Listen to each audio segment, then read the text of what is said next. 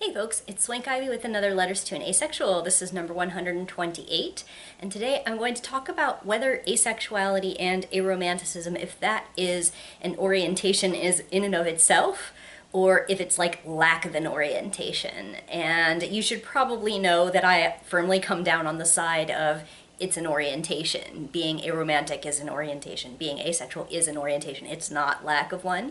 I'm going to elaborate on that with the assistance of an old letter that I'm bouncing off of. But before I get into it, I do feel like this is going to be a relatively short letter, unless I start rambling unexpectedly at the end, which is not unheard of, as you know if you've ever watched my videos.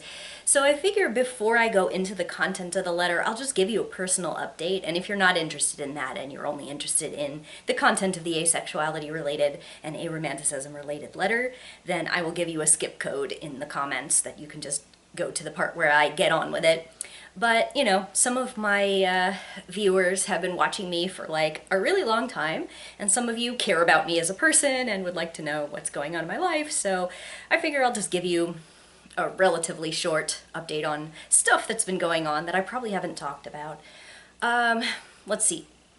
Most of you probably knew about it when I lost my mother in 2023, and I pretty close to immediately made a video where I talked about some stuff she had said to me that I'd kind of been holding on to for a long time regarding asexuality. So, I mean, that was a while back. But as a result of her passing away, I kind of had to be the person that dealt with her estate and everything. She didn't have a will, so I ended up being not the executor, because you have to have a will for that, so I became like the administrator, and I had to sell her house and take care of all of the stuff associated with her passing. I had some help from my sisters, but I was kind of the main person who had to handle most of it.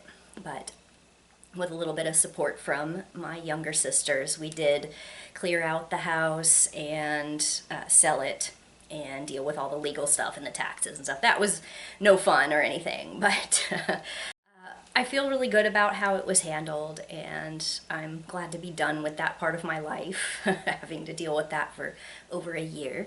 So, you know, that's something that happened. I recently came back from a vacation. It wasn't far away. I live in Tampa, and I went on vacation in Lido Beach. My dad rented a beach house, and we went to stay there for about a week. My sisters were invited, but only one of my sisters came with her family, so I got to spend time with her and her husband and her son. So hanging out with them and my dad and his wife. And for a few of those days, my friend Joe came by as well.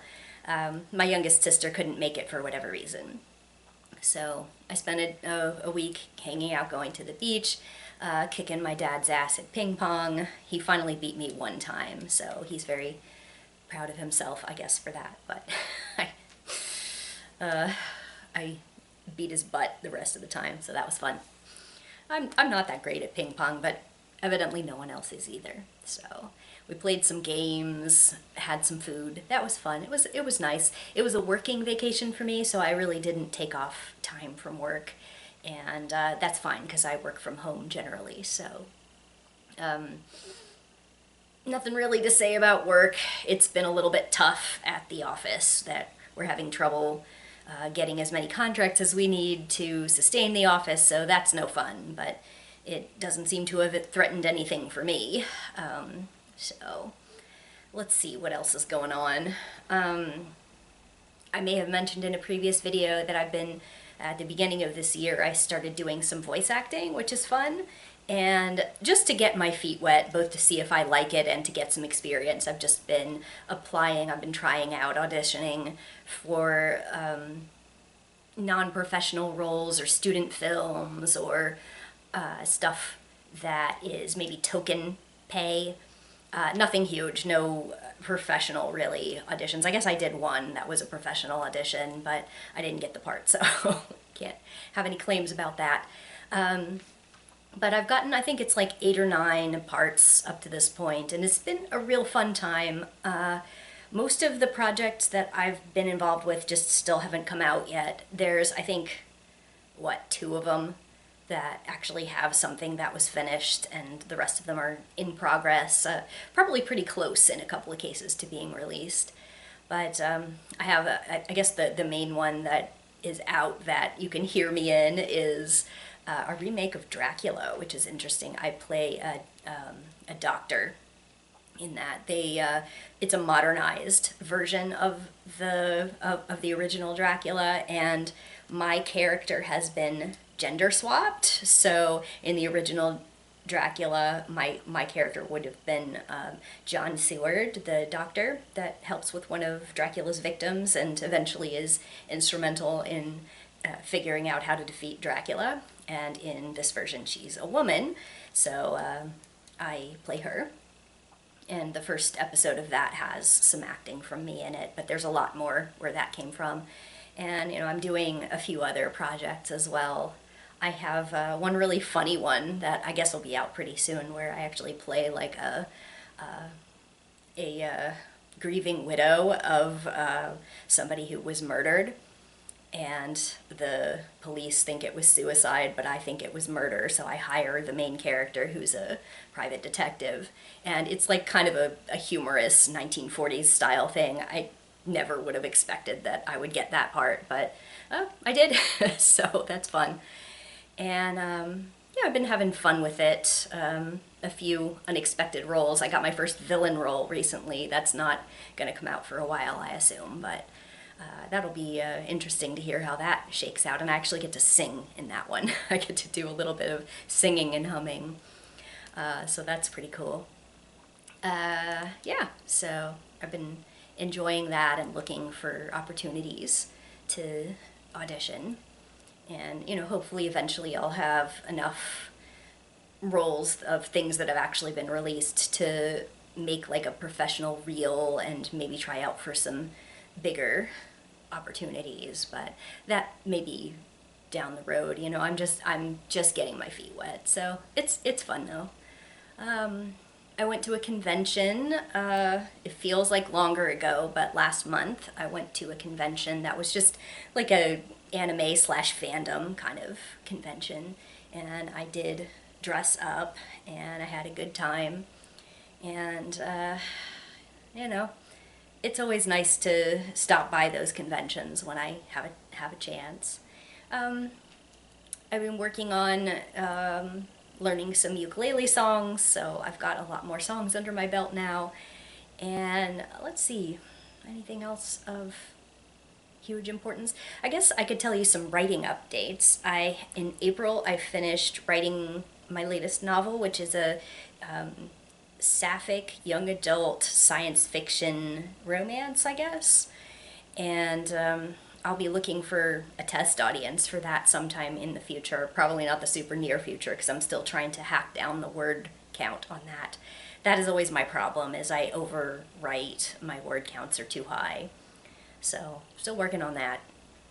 But eventually I'll be looking for some people to test read it for me and give me thoughts and give me commentary on how they think maybe I might need to change it or what I'm doing right already. So maybe look out for that if you're interested in performing one of those roles for me. I mean, I could always use new eyeballs on it. So I've been working on that, trying to sell short stories. I don't have any news on that so far, but I'm back to submitting some short stories to magazines and short fiction publishers.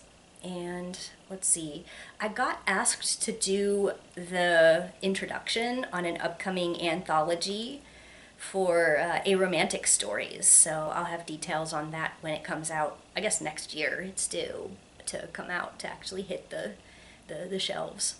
But yeah, they had asked me to write an introduction to this special collection of, I believe it's 12 stories. So that was a fun adventure. That has been my first time doing anything like that, introductions or forewords or anything like that for related content. I've been asked to blurb books before, the little recommendations from people on the back cover or on the front cover. They'll ask people who are somehow relevant in that field and ask them to comment. And I've done that on 3 or 4 asexual and aromantic related books. So I've gotten those kinds of opportunities. That's always nice. Guess I'm staying relevant. Yeah. What else? Some of you know that I'm a really huge Steven Universe fan, and I was definitely very excited to hear recently that there is a reboot coming out, so very excited for that. Yeah. Since I can't think of anything else momentous right now, I will go ahead and go into the content of this letter now. So why don't we start out here? Letters to an Asexual, number 128. Someone posted on their Tumblr, they said, "So, I have a question for anybody who is aromantic and asexual. Do you see your ace/aroness as a form of sexuality or lack thereof? I know it might differ from person to person, but just reply to this post if you wouldn't mind, because it's something I've wondered about." Someone else responded first and said this: "I consider my ace-aro nature to be a form of sexuality, not a lack of sexuality. For some reason, saying I don't have a sexuality feels wrong. Like a lie, because I do have one. It's just composed of not being sexually attracted to people and not being romantically attracted to people. I don't know. I think it's semantics. Kind of like how I had an argument with someone for 40 minutes over whether gender was innate or not. And it was only that our own personal definitions of gender was different that we argued. They thought gender referred to the label you gave the feeling, and I thought gender referred to the feeling. So, LOL." And I added on to that person's response, and I said this: "I consider my aromantic asexuality to be a sexuality too. Well, sort of. Because it's not a blank. Most people view a blank as something that's waiting to be filled, as a thing that's not there yet. I do have a perspective on sexual orientation, and it is that people are not attractive to me, sexually or romantically. That's a position, even though it's the null set. I'm fond of saying I have a sexual orientation of no, not no sexual orientation. I've heard some people describe their aromantic asexuality as just an aspect of life they don't participate in, not as an identity in itself. But while I understand this too, I do consider it part of my identity. It's important when living in a world where most people do have a sexual orientation that compels them to engage in partnerships I don't pursue or understand, for me. And while atheism isn't a religion, it is a perspective on spiritual/religious belief in a world where most people have a religion that involves active belief and usually practices. While bald isn't a hair color, it is a name for what's on your head if hair isn't there. Asexuality is like that for me. It isn't sexual, but it's a perspective on sexuality, a name for how I see that aspect of life. It does take up space in my head and affect how I interact with other people, so I prefer to see it as a thing, not a non-thing." I think that just about really sums up all of my thoughts on it, but I will elaborate to say that even though it's kind of a non-issue for a lot of us, and in a vacuum it would just kind of be irrelevant, sexuality or romantic orientation or whatever would just kind of be this non-thing to us, we don't live in a vacuum. And if you're asexual or you're aromantic or both of those things, or somewhere on a spectrum where your sexuality is gray or demi, your romantic orientation's gray or demi, you are going to experience that aspect of life differently from most people, and that makes it very relevant because you still have to navigate the world, and you still have to figure out where your place is in the world given those things. You still have to navigate your relationships around it and through it. Sometimes when you meet other people, they're going to be assuming that you're not asexual or that you're not aromantic. They're going to be assuming that the things that you do that maybe a more typical person would be doing and saying those things to express an attraction, that they're seeing your static as a signal, if that makes sense. And then we have to deal with that. We have to deal with those misunderstandings. We have to either learn to calibrate the way that we respond to people so that we're not misunderstood, or lead with some kind of awkward explanations of who we are and how we communicate so that we're not seen that way. And a lot of times, even if we do that, we're misunderstood. We're told, well, I'm reading your vibes, and your vibes say you're into me, so stop being in denial. I got that so much when I was a teenager. I was told that if I was friendly towards someone, or if I was willing to hug them, or if I was willing to sit next to them and laugh at their jokes, that meant I liked them. And, at first I was kind of baffled by that. I was thinking, is this really like a sexual signal? But I did come to understand that most people who experience unwanted attention in that realm say, yeah, people do this. People try to rewrite your words or rewrite your responses to say, no, no, no, no, no, no, no, no, no. Regardless of what you might say, you are expressing attraction to me to serve their own needs. It's very self-serving behavior, and it's also can be dangerous, because there are people in this world who say, your explicitly stated wishes are not as relevant as what I decide to read into your behavior or your expressions or the way that you dress. And as we all know, that can lead to violations of your expressed wishes, because someone will decide that a different message is more relevant. They'll just decide for you that you're communicating in ways that you can explicitly state you are not. And especially for those of us who are maybe younger or less experienced, a lot of times we can be made to think that it's our own fault, or we can have our arm twisted into relationships or interactions that we don't want because someone shames us or says, this is what that means. Your action proves that you're into me, or that you were expressing a need or interest in this kind of interaction, and it's your fault if you didn't actually want it. It doesn't matter, because I've decided that what you did or said means this other thing that you didn't do or say. And as asexual or aromantic people, or both in my case, it's definitely a thing, not a non-thing, to have to deal with that. And obviously we're not the only people who have to deal with unwanted advances. It's very, very common in many communities to have to discuss what do you do to deal with people who keep reading signals that aren't there. But, in the case of asexual and aromantic people, it becomes a constant throughout your life, especially if your relationships don't look like typical ones. People will try to rewrite them for you. People will try to tell you you're not authorized, or that you're not believed to navigate them yourself, and they'll try to overwrite the things that you say. And all of that is a very huge part of navigating an asexual or aromantic experience in the world. So the last thing that makes a lot of sense to me is to say that asexuality or aromanticism is a blank, because it is such a relevant part of human interaction, for the most part, how you relate sexually or romantically to other people.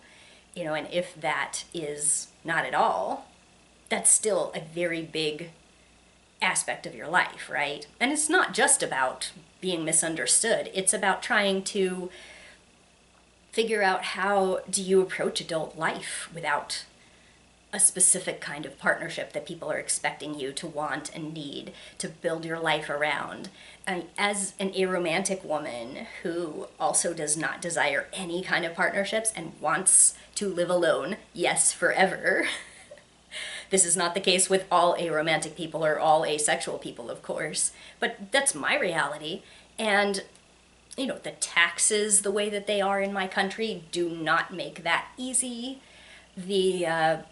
Every interaction that I have with other adults probably has some aspect of like, well, what's wrong with her if she's not married yet? She's pushing 50.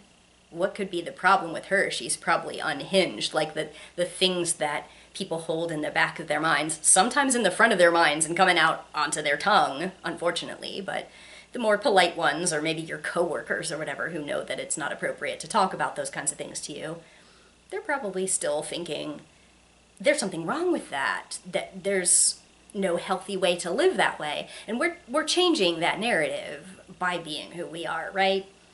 But it's still difficult because both in our everyday life and in our media, our stories, we encounter a lot of, not being partnered being a tragedy, or just being very lonely. There's no alternative to that. I feel like I'm an alternative to that. I have demonstrated for many years that I'm a successful single adult with no desire whatsoever to change how my lifestyle is.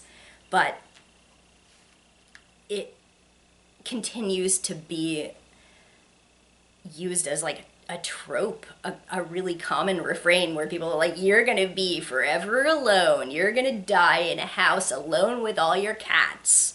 And I'm like, don't punish me with a good time. Like, I mean, if I wasn't allergic to cats, but this is actively what I want, and there's not a lot of positive portrayals of it. There's a lot of trying to spin what I'm saying to you right now as like an excuse, or me just trying to save face, be like, yeah, I like being like this, for real, when really I'm crying myself to sleep every night because I'm so lonely. Like I actually had a guy say that to me. It's like, well, we can tell from the way that you interact that, you try to put on a strong face, but this is your reality. I'm like, you are projecting so hard. This was a guy who propositioned me, who said he wanted to marry me, right? Like, don't project so hard next time, dude. You're just gonna project yourself off of the continent and land in the ocean with how hard you're spewing this crap. I have a video from a good 10 years ago where a guy did that, and it's just it's really, it can be funny. It can be funny, it can be amusing to laugh at people, but when this is the message that you're hammered with for your whole life, you kind of can't help but, growing up in the midst of that, worry about your future and worry about what is my adulthood gonna look like? What is the rest of my adulthood gonna look like? If everybody kind of regards me as pathetic for the way that I am happiest, does that have any weight to it? So yeah, that's all a very good reason to see asexuality and aromanticism as something that takes up space rather than a space that's blank. So that's where I'll end this one. Weigh in the comments if you have thoughts on, for you, whether your asexuality or your aromanticism or both counts as a thing for you, or if it's more of a non-thing for you. And I'll see you next time. Thanks for listening.